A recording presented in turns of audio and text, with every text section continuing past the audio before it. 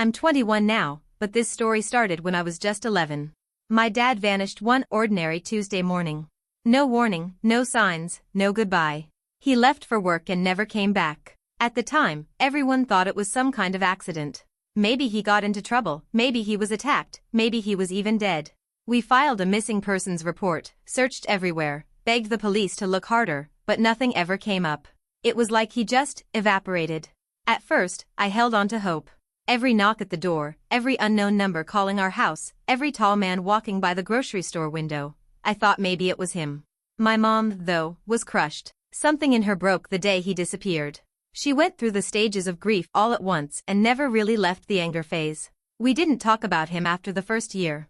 It was like he never existed. That silence turned into something heavy and permanent in our home. No family photos, no stories, no birthdays remembered.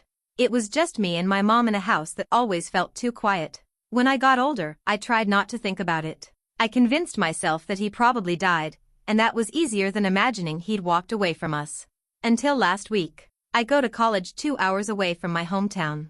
I don't go home much because my relationship with my mom is complicated. She never really healed, and I don't think she ever wanted to. She resents that I still wanted to know about him, so we keep our distance. But I had a history paper due, and I decided to do it on Cold War-era CIA disappearances and how they affected families. While looking through archived missing persons cases online for inspiration, I had the stupid idea to search my dad's name. And there it was. Not in the archives, on Facebook. Same face, same name, just older. And he wasn't missing. He was smiling in every photo. There were family pictures, kids, a wife, a house with a porch. He looked happy. He'd started a whole new life, just 2 hours away. At first, I thought it was a cruel joke. Maybe someone stole his identity or maybe it was an old profile he never deleted. But the page was active. There were comments. Recent posts. Friends tagging him. And the worst part? He had a daughter. A little girl, maybe 7 years old, who looked exactly like I did in my elementary school photos. She had his eyes. I stared at that screen for over an hour, frozen. My heart wasn't racing, it was stalling. Like something inside me refused to accept it. My dad wasn't missing. He just didn't want me anymore. I didn't sleep that night. I just kept scrolling through his Facebook page, zooming in on pictures, reading every single post. It went back almost a decade. The timelines didn't lie. He'd started this new life within a year of disappearing from mine. Same face, same voice. I found a video where he was reading a bedtime story to that little girl and it felt like someone dropped ice water straight down my spine. I knew that voice. It used to sing me to sleep. I thought maybe he had some kind of mental break back then. Maybe he had amnesia, maybe he was running from something dangerous. But no. There were too many photos, too much consistency. This wasn't some random new identity. He had built this. Intentionally. He had a wife. Her name was Kura. I looked her up too.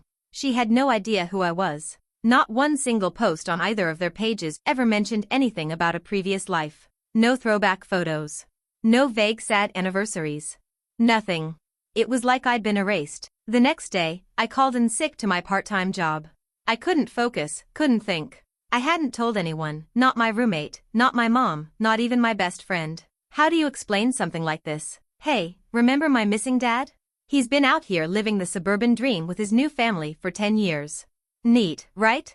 I felt sick, physically sick. The thought of that little girl sitting on his lap, calling him daddy while I spent my childhood crying into my pillow, it was unbearable. I started looking up everything I could about his new life. I know how that sounds. Like a stalker. But I needed to understand. I needed to know if this was real or some twisted misunderstanding. I looked through property records. He owned a house. Mortgage under his full name. I found the company he worked for. He was a regional sales manager for some HVAC company. The guy even had a LinkedIn. A few years ago, I spent 2 months crying over whether we should hold a memorial service for him. Meanwhile, he was on vacation in Myrtle Beach with his new family, smiling in a selfie with sunglasses on his head and a margarita in hand. This wasn't some parallel universe. This was real. And worst of all, it was only 2 hours away. So I did something reckless. I got in my car. No plan. No suitcase. Just rage, heartbreak, and a full tank of gas. The whole drive there, I kept trying to convince myself I'd turn around. That I was just going to see the house, sit outside for a few minutes, and leave. But I couldn't stop. My hands were clenched on the steering wheel the whole way, knuckles white, my heart thudding like I was on my way to commit a crime. The GPS took me into a clean, quiet neighborhood, cookie-cutter houses, trimmed lawns, pastel shutters. It felt like I was driving into a TV set. When I pulled up to the address listed on one of the real estate records, I just sat there, engine still running, staring at the front door. And then it opened. There he was. Older, grayer, but still him. He walked out holding a small trash bag and dropped it into the bin by the curb. He looked peaceful. Ordinary. Like the past 10 years had been nothing but barbecues and parent-teacher meetings. And behind him, a girl came running out the door. His daughter. My half-sister, technically. She called out to him, her voice high and sweet, and he laughed. That laugh. I hadn't heard it in a decade, but it was still the same. The sound of it punched me straight in the chest. She jumped into his arms and he caught her like it was the most natural thing in the world. He kissed her on the forehead and carried her back inside. Like he'd done it 1,000 times. Like he deserved that love. And I sat there, shaking. It was hard to breathe. I felt like a stranger watching a man I used to know live someone else's dream. It was like my life had been traded in for a newer model, same dad, different daughter. I don't even know how long I sat there. Maybe 5 minutes. Maybe 30. At one point, I noticed my nails had dug little crescent moons into my palms. I had to do something. I couldn't just drive away and pretend it hadn't happened. Not again. So I turned off the car, got out, walked up the sidewalk to his door, and rang the bell. I didn't feel brave. I felt hollow. My body was moving, but it didn't feel like mine. I was bracing for 1,000 possibilities, shock, fear, lies, excuses, tears. But nothing prepared me for what actually happened. Because when he opened the door, he looked me straight in the eye. And said my name. Not who are you? Not can I help you? Just, my name. Like he'd been waiting. Hearing him say my name after 10 years should have felt comforting. It didn't. It felt rehearsed. Like he knew I'd show up someday and had practiced how to handle it. He didn't look surprised. He didn't stumble or stutter. He just stood there in the doorway, quiet, expression unreadable, like we were strangers meeting for a second time. I was frozen. Every sentence I'd planned on the drive, gone. And then he stepped aside and asked if I wanted to come in. That made me snap. I told him no. That I didn't come for tea. That I wasn't there for a reunion or closure. I wanted answers. Real ones. No lies, no it's complicated, no emotional speeches about how hard it was for him. I wanted to know why. Why he left. Why he never came back. Why he let me believe he was dead. Why he never once reached out. Why she, that little girl inside playing with dolls, got a dad and I didn't. He looked down at his shoes for a second. Then back up. And that's when he said something that's been bouncing around my head ever since. I didn't think you'd understand back then. And by the time I thought maybe you could, it was already too late. Too late? Too late for what? Too late to be a decent human being? Too late to write a letter? Too late to not pretend to be dead while starting over like your first family was a bad haircut? I felt myself getting hot. My vision blurred, not from tears, but pure rage. I told him I'd spent years thinking he was dead. That mom had to pawn her wedding ring to pay rent that first year without him. That I cried so hard on my 12th birthday I made myself sick. That every Christmas after that, we left one chair empty at the table. He opened his mouth like he was going to explain. But I didn't want to hear it. Then I saw movement inside the house. A woman was coming to the door. Kara, his wife. She looked confused at first. Then she saw me, and her face changed. She knew who I was. And that's when I realized, this wasn't a hidden past he'd been keeping from his new family. They knew about me. They just pretended I didn't exist. She said my name like it was something delicate, something she wasn't supposed to say out loud. Like it might shatter if she got the tone wrong. I didn't say anything. I just stared at her, trying to process what the hell was going on. She looked nervous, his hands tucked against her stomach, eyes darting between me and him. And that's when it hit me like a punch to the chest. She wasn't surprised to see me. She was scared. Not scared of me, but scared this perfect picture they'd painted, the one with the quiet neighborhood and their Pinterest-decorated house and the daughter with the gap-toothed grin, was about to come crashing down. And I think I was supposed to feel guilty. Like I was intruding. Like I was the disruption. But I didn't feel guilty. I felt angry. I asked her how long she'd known. She hesitated for just a second, just long enough to tell me everything I needed to know, then said they'd met about a year before he disappeared. She didn't say it directly, but she didn't have to. That was the answer. She wasn't a second act. She was the reason. He had left us, me and my mom, for her. He didn't vanish because of depression or some dark secret or mental illness. He vanished because he wanted a clean slate. A do-over. And instead of dealing with divorce or custody or the inconvenience of me existing, he walked out like a coward and built a new life where none of it ever happened. She tried to explain. Something about how complicated it had been. How she thought he'd handled everything before they got serious. That's when I laughed. Actually laughed, right there on their perfect little welcome mat. I told her he handled it by letting his wife and kid think he'd died. She didn't say anything after that. And then I heard it. Little footsteps. Tiny, pattering footsteps across hardwood floors. And then the girl appeared, my half-sister. She was holding a stuffed unicorn, her hair in braids, eyes wide as she peeked from behind her mom. And she called him Daddy. I don't know what expression I had on my face, but whatever it was made the woman step in front of the girl like a shield. Like she thought I might do something. Like I was dangerous. I stepped back. I told them I got what I came for. I looked my father in the eye and said one thing before I turned around. You're not dead. But you're never coming back. And I walked off that porch without another word.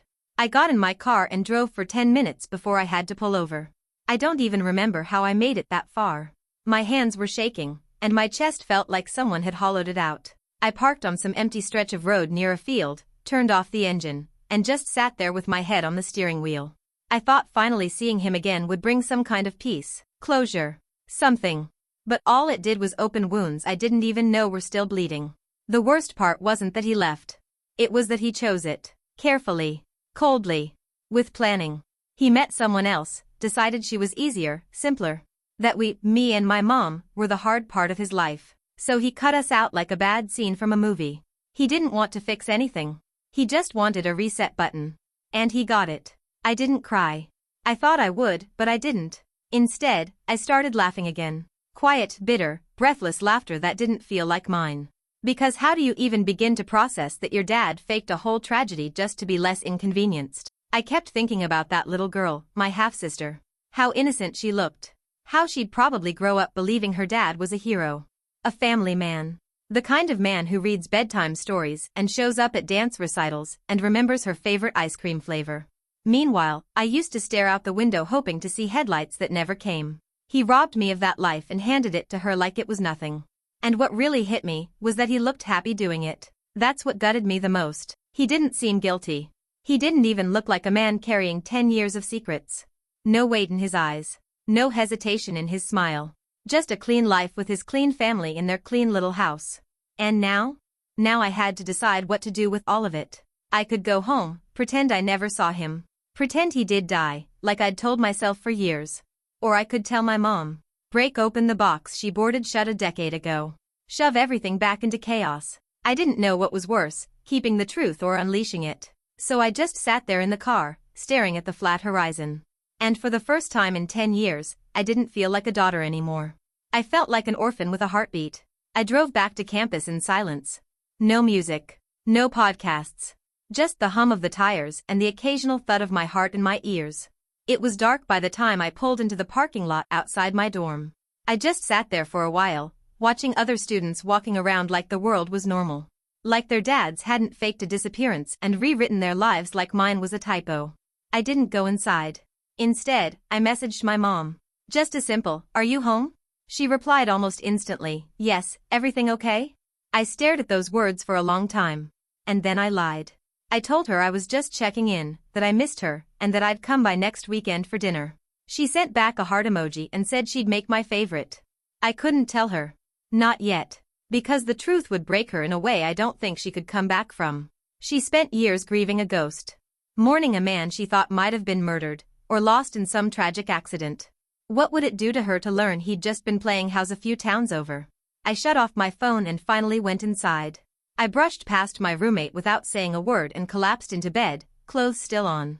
I didn't sleep much. My brain wouldn't stop spinning, stuck in this loop of old memories and new truths. I kept picturing my dad at the doorway. The way he'd said my name like it was some secret he'd buried and hoped would stay buried. And I knew I couldn't leave it there. Not after everything. He got away with it for a decade. No consequences. No accountability. Just a smooth transition from one life to another. But now I had something he hadn't planned for. I existed. And I wasn't going away quietly. I wasn't sure how yet, but I knew this story wasn't over. Not by a long shot. 3 days passed before I did anything.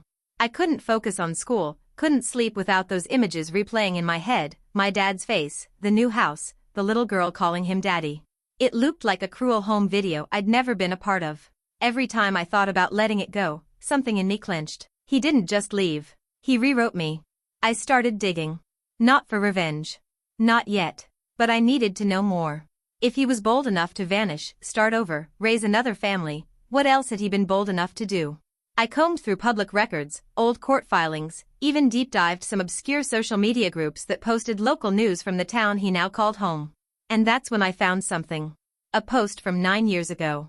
From Kara's page, before she made most of her content private. It was an anniversary message.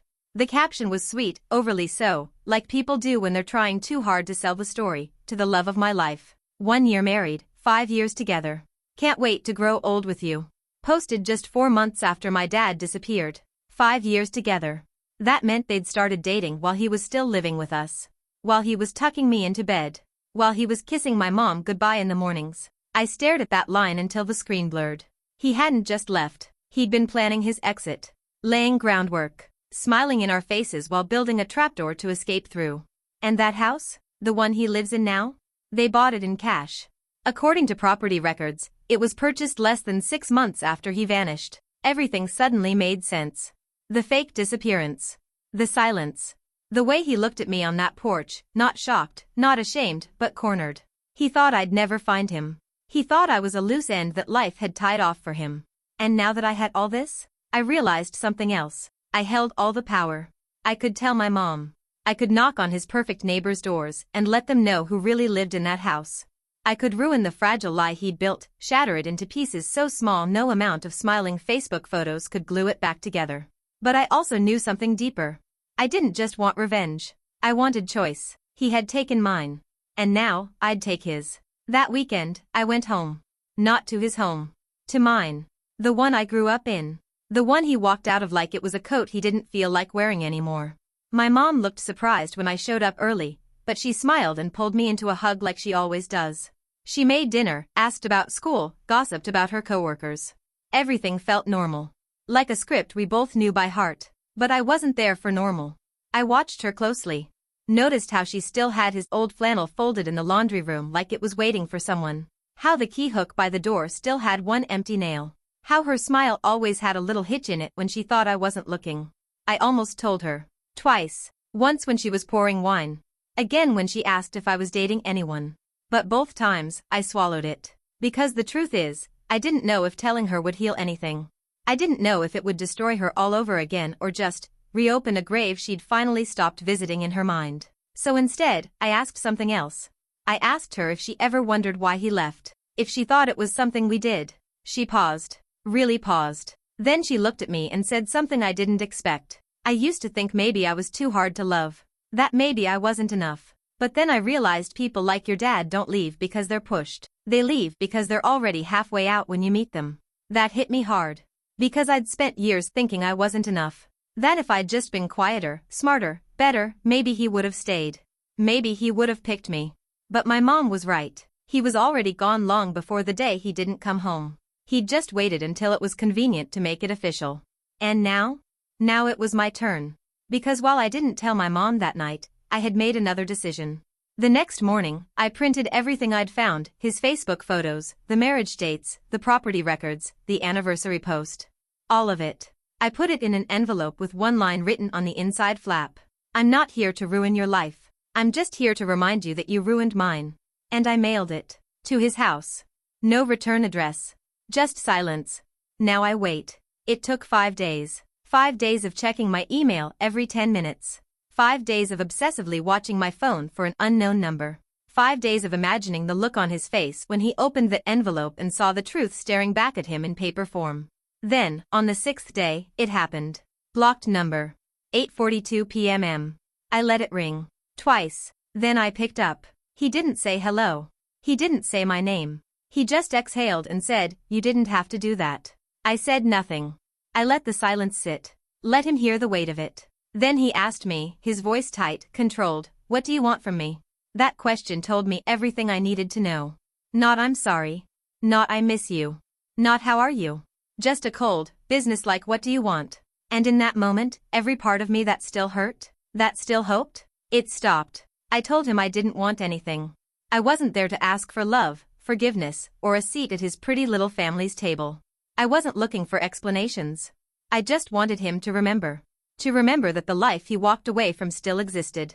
That the daughter he abandoned had a name, a voice, and a spine. That I wasn't erased. I was watching. He was quiet for a long time. Then he said something I'll never forget. "You don't know what it was like back then." I laughed. Actually laughed into the phone.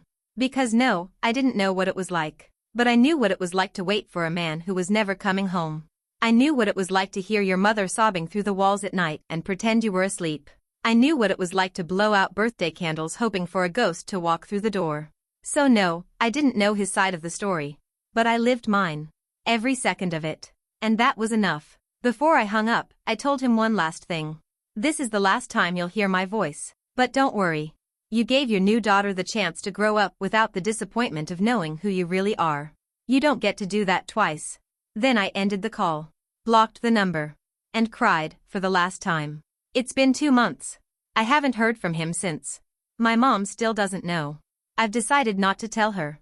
Not because he doesn't deserve to be exposed, but because she deserves peace. She earned it. I've started therapy. I'm writing again. I've stopped checking his social media. I even deleted the folder with the screenshots. He's no longer a mystery. He's just a man with a new name in a town that feels too small. And me? I'm not the girl waiting by the window anymore. I'm not his daughter. Not in the ways that matter. But I am someone who survived being erased. And now, I'm the one holding the pen.